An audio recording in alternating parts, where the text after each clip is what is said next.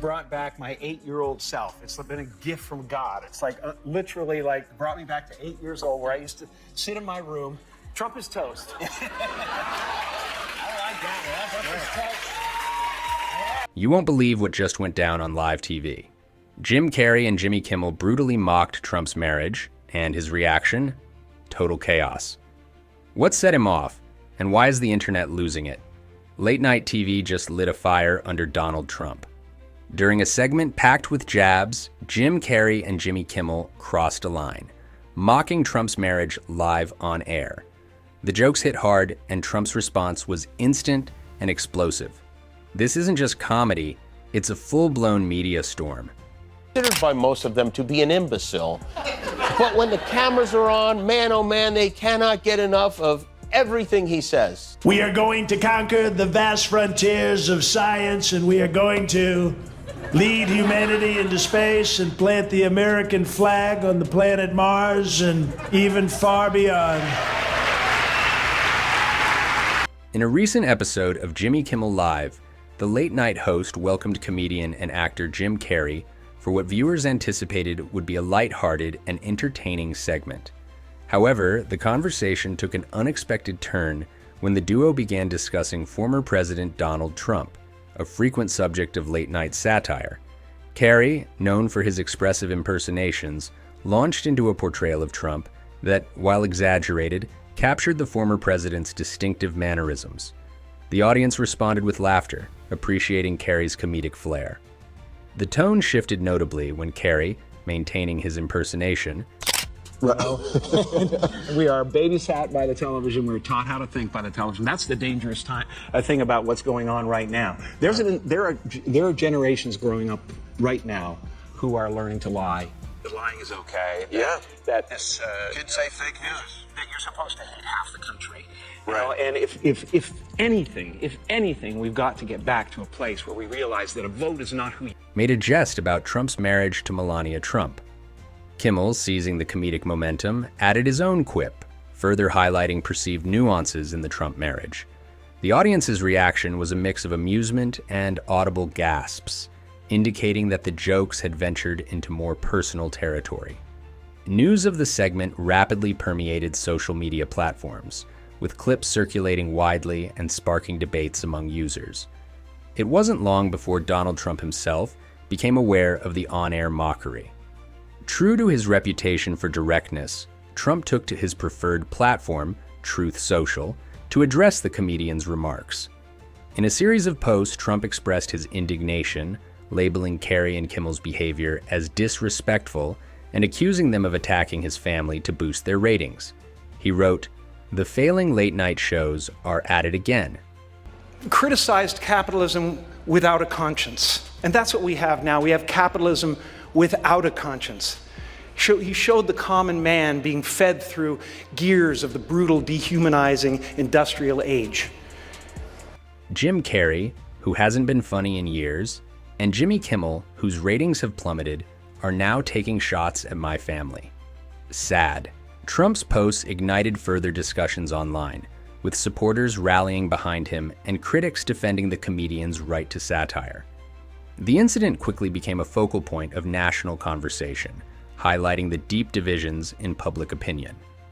Many of Trump's supporters and some public figures condemned Carrey and Kimmel's jokes as inappropriate and crossing the line of respectful discourse. They argued that while public figures are subject to scrutiny, involving family members, especially in a mocking context, is in poor taste. Conservative commentator Ben Shapiro tweeted, "Disagree with Trump's policies all you want, but mocking his marriage? That's a low blow, even for late-night TV." On the other hand, advocates for Carrey and Kimmel emphasized the role of satire in society and the importance of free speech. They argued that comedians have historically used their platforms to comment on public figures. It's coming and going, man. You know what I mean? You try and you try and you give it all. You give it all to them. That is remarkable, I have to say. Incredible transformation. It is an incredible transformation. And that such satire is a vital component of political discourse. Comedian Sarah Silverman defended her peers, stating, "Comedy has always been about pushing boundaries.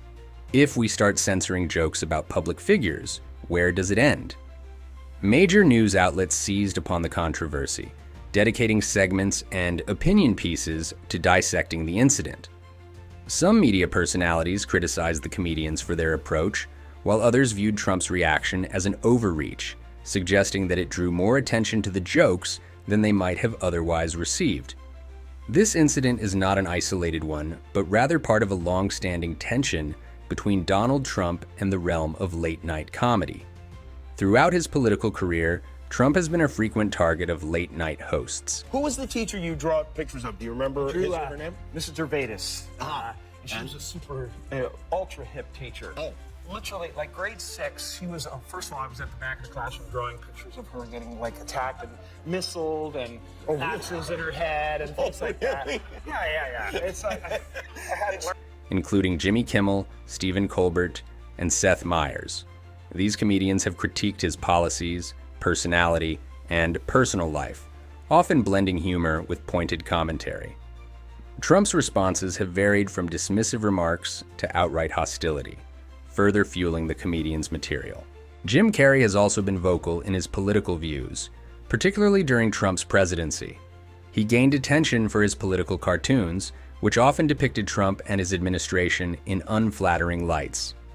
Carrey's appearance on Kimmel's show and his subsequent jokes about Trump's marriage can be seen as a continuation of his critical stance. The crux of the controversy lies in the ethical considerations of satire, especially when it veers into personal aspects of public figures' lives. Satire has long been a tool for societal reflection, using humor to critique and provoke thought about those in power. It serves as a mirror, highlighting flaws and sparking conversations that might be uncomfortable yet necessary. However, when satire targets personal relationships, such as a marriage, it raises questions about the boundaries of comedic commentary. Donald Trump has pushed us to the point where we can't even agree on the weather.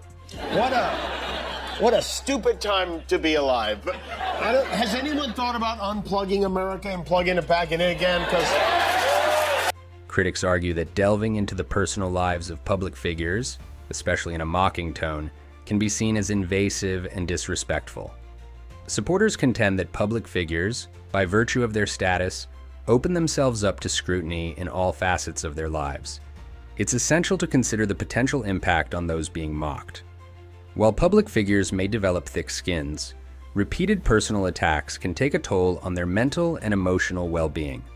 Moreover, family members who are not in the public eye may feel the repercussions of such jokes, leading to unintended harm.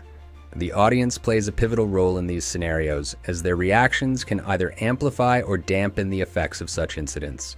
In the digital age, social media platforms act as echo chambers, where reactions can escalate rapidly. The White House put out a memo today warning federal agencies to prepare for mass layoffs. But don't worry, none of this will affect the butler who brings Trump his Diet Cokes 9 times a day. You know, they sent an email to millions of government employees instructing them to share 5 things they accomplished last week. Trump said they would be fired. A joke made on late-night television can trend worldwide within minutes, reaching audiences far beyond the show's typical viewership. This amplification can intensify the impact of the joke and the subsequent reactions from those involved. This clash between Trump, Jim Carrey, and Jimmy Kimmel shows how comedy and politics continue to collide in the spotlight. Kimmel's a loser. Dude, Jimmy Kimmel, I did him a lot. He'd be standing on the sidewalk. Oh, sure, may I bring you in? He'd bring me in every time. All they do is talk bad about it. Whether it was just a joke or a step too far, one thing's clear, everyone's talking. What do you think? Did they cross the line, or was it fair game? Drop your thoughts in the comments, hit like if you enjoyed the video, and don't forget to subscribe for more.